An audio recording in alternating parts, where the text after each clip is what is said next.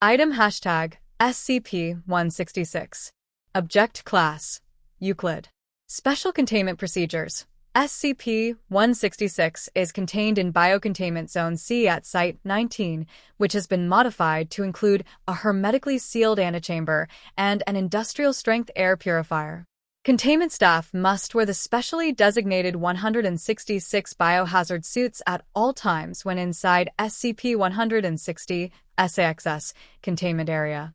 Due to SCP-160 SAXS unique physiological needs, a variety of loose-fitting organic cotton clothing has been provided, to be rotated monthly. All meals are to be cooked according to the guidelines provided, with as little inorganic additives as possible. Reasonable requests for personal items and modifications to the containment suite may be granted upon approval by a Level 4 or higher authority. Update: all requests by SCP-166 must be approved personally by Site Director Light. To date, SCP-166 has requested a copy of the Holy Bible, Douay Rheims, Challoner Revision. Granted. A Catholic Rosary. Granted. Access to a Catholic priest for confession, Mass, and other sacraments. Denied. Chaplain Davis has been scheduled to meet with SCP-166 on alternating Sundays after a thorough decontamination process.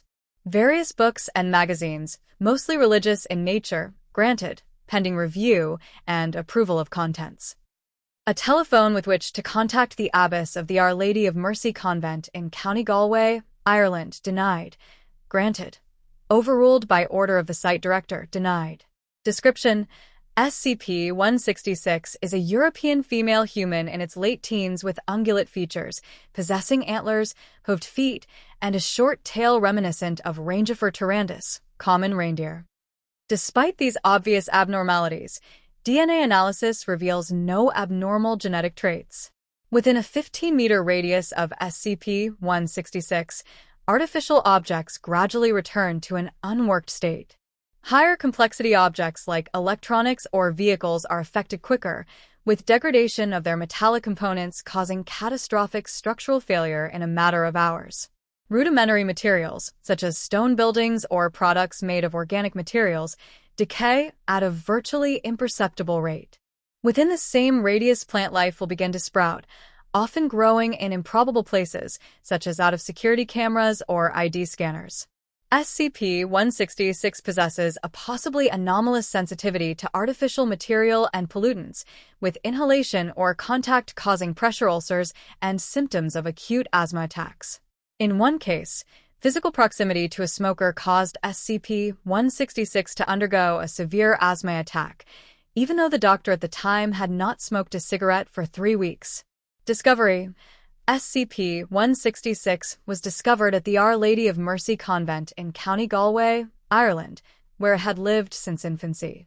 SCP-166 was confirmed by a defecting Global Occult Coalition agent to be the child of Threat Entity 9927 Black, the goddess, also known as SCP, who was terminated by a GOC strike team in what would be known as the Cornwall Incident. Recovered GOC documentation. Threat Entity Database Entry. Threat ID: KT-9927 Black Child, the daughter. Authorized Response Level 4. Severe Threat. Description: Threat Entity is the child of incarnated LT-9927 Black, the goddess, and an unknown father. While it strongly resembles its mother and shares its animalistic features, it lacks the extreme bestial appearance of 9927 Black. Possesses minor chlorokinetic abilities, but primary reason for threat entity classification is the instinctive knowledge and eligibility to enact occult procedure Clockwork Blackchild Havila, a worldwide ritual working that would irreversibly regress human civilization to Neolithic standards. Strike Team Lancelot neutralized 9927 Black in England during an operation which would later be known as the infamous Cornwall Incident, but were unable to confirm the liquidation of 9927 Blackchild due to the death of the strike leader, Agent Ukulele. Ukulele was posthumously awarded the Silver Aegis for his lifelong service to humanity. Liquidation. Threat Entity is not known to possess any defensive abilities. Terminate with extreme prejudice. The agent had refused to terminate SCP-166, instead smuggling it to a Catholic convent in County Galway, Ireland.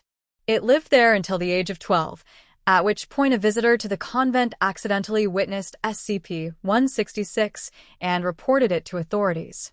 The agent then contacted the Foundation, agreeing to share GOC intelligence in return for the guaranteed safety and containment of SCP-166.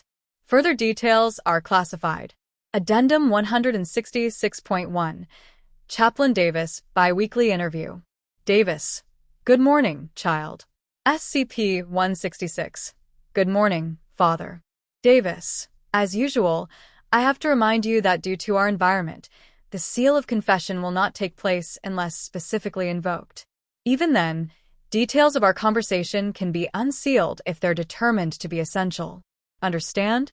SCP-166 nods. Davis: Excellent. Now, how are you doing? SCP-166 Good. One of the staff told me about Benedict yesterday. Is that true? Davis: Yes. That was rather unfortunate, but it just makes sense. He was rather old even when he first took up the position. Now he can rest, knowing he served the church well. SCP-166. Do you know who's going to replace him? Davis: Speculation has abounded, but it could be anyone. These are difficult times after all, with all the recent controversies. They may want a fresh face to represent the church, or they may go with a man who's dedicated years of his life. Who knows, they may even pick a working-class man. It certainly would give people something to talk about. SCP-166. I guess so. SCP-166 and Davis sit in silence. Davis: I'm sensing a question arising, child. SCP-166. Sorry. Davis: No need to apologize. That is what I'm here for, after all. What is it? SCP-166. It's just, I wanted to ask you something. Thought it might be a little personal. I was just wondering, do you have a good relationship with your parents? Davis: My mother, yes. Before she passed away, I visited her once a month at the retirement home, plus her birthday and holidays. Told her I was a chaplain serving in the military, which I suppose is somewhat close to the truth. SCP-166. And your father? Davis: That is a rather more complicated question. He was a good man, a soldier who held three things dearly: God, country, and family. Unfortunately, he held those convictions rather severely, which resulted in some heated discussions. I love him still, but this way is best for everyone. Davis sighs. Davis: And what about your parents? I know you lived in a convent, but before that? SCP-166. I never really knew them. I got dropped off when I was a baby. I mean, I guess they must have known the sisters if they put me there, but I don't remember them. Just what I picked up. They mentioned my mother a bit, before they realized that they should watch what they say about me. I think they said something about her being a goddess? Which obviously wouldn't be true. She must have been some sort of spirit, but she must have been something if I ended up looking like this. SCP-166 gestures to herself. SCP-166. I remember eavesdropping on the abbess. She was talking to one of the other sisters about how she had done something wrong, something about a ritual that someone else stopped. They said she died. Davis: I'm sorry for your loss. SCP-166. Not like I knew her. Davis: And your father? SCP-166 hesitates. SCP-166. I don't know. He must have been the one who dropped me off at the convent. But why there? Why didn't he take me with him? Davis: I'm sure he had his reasons. SCP-166, maybe. You know, they never talked about him. Not once. I must have asked the abbess 1,000 times, but she never even mentioned a hint of him. SCP-166 pauses. SCP-166. If my mother was so horrible, what did my father do? End log. Addendum 166.2. Disciplinary interview of Redacted. Begin log. Light. What the hell were you thinking? Redacted. I wanted to make sure she's alright. You wouldn't let me talk to her. I took another route. Light. What you did was so much worse than that. If you just stuck to throwing your weight around to get her amenities, sure, I could overlook that. But you then go about trying to give a class 4 anomaly a phone line to the outside world, damn it. The council already dislikes you working at the same site as her. This gets out. You can kiss whatever deal you made goodbye. Redacted. Come on, Sophia. She's harmless. The only reason she's in there is because of me. I had to do something. Was the Foundation just going to let her grow up thinking that her light? Before you say another word, remember that this will be public to everyone with a Class 4 clearance. I can redact your name, but I can't stop people from putting the pieces together from an ill-timed outburst. Redacted, remain silent. Redacted. 16 years. 16 years where she couldn't walk through a city, or catch a movie, or just go shopping. Doesn't matter if she's in a convent or a Foundation cell, she's being locked up for something she had no choice in. All because of me. It isn't fair. Light, I know. Redacted. And I can't do anything about it. I could send a strike team anywhere in the world. I know secrets that the most powerful people in the world would pay billions for, and yet I can't even so much as talk to her. Let her know that she's not alone. Light, you've done the best you could. Much more than anyone could have expected of you in an impossible situation. Redacted. Funny how little that makes of a difference. Redacted, falls silent. Redacted. You know, I don't care. Just write me up. Let's just get this over with. Light, I'm scheduling you for 6 2-hour sessions with a Foundation psychologist. I'll make sure it's glass. He signs off at the end of it. We can expunge this from your record. Redacted. Light. Redacted. Redacted, yeah? Light. Redacted. Yeah, I know. Thank you, Sophia. End log. On May 8, 2013, the following note was discovered within SCP-166 containment area. I first met your mother when we were little more than children. She had hooves for feet and starlight in her eyes. She was beauty and nature incarnate, and I killed her with my own 2 hands. Eden isn't a place. It's a state of being. They wanted to take us back to it, and I stopped them. I took paradise away from us for a second time.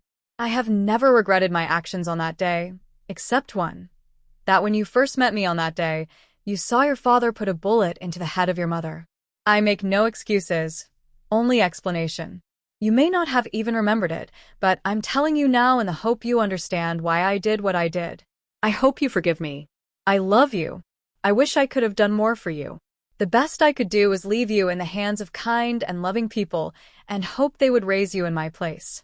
From what I've seen, they did well. I'm sorry you couldn't stay with them. I'm sorry they've brought you to this place. I promise to do my best to make sure your stay here is pleasant. I promise to keep you safe. Happy 16th birthday. From your loving father.